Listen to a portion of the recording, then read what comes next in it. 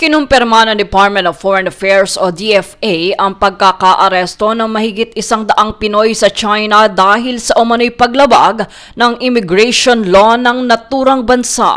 Ayon pa kay Dr. Jose Antonio Goytia, Chairman Emeritus ng Filipinos do not yield, hindi maaaring gamitin ang mga manggagawang Pinoy upang gipitin ang gobyerno at ipinagdiinan ang ginawang ito ay totoong pamimilit at hindi isang uri ng diplomasya. Anya, may karapatan ang Pilipinas na ipatupad ang sariling batas sa loob ng teritoryo nito at walang otoridad mula sa mga dayuhan ang may karapatang magtakda ng halaga sa mga Pilipino. Panawagan ni Goytia ang isang matatag na paninindigan kung saan maaaring ipagpatuloy ang diplomasya, ngunit hindi dapat matakot na ipagtanggol ang soberanya at mga mamamayan. Matatandaang naganap ito matapos ihayag ng Chinese Foreign Ministry na nagpatupad sila ng mga espesyal na operasyon laban sa mga dayuhang nagtatrabaho o naninirahan doon ng walang kautusan. Ngunit tinutulan ito ng pamahalaan at tinuring ng Defense Secretary na si Gilberto Gibo Chidoro Jr. na isang uri ng extortion at blackmail ang ginawa ng China, kung saan nagpahayag din si Goytia na hindi dapat gawing panangga o pambala ang mga Pilipino sa anumang alitan ng dalawang bansa.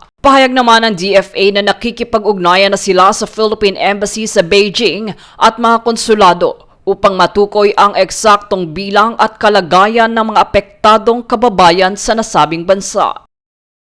Jade Buhoy, nag-uulat para sa Golden Nation Network.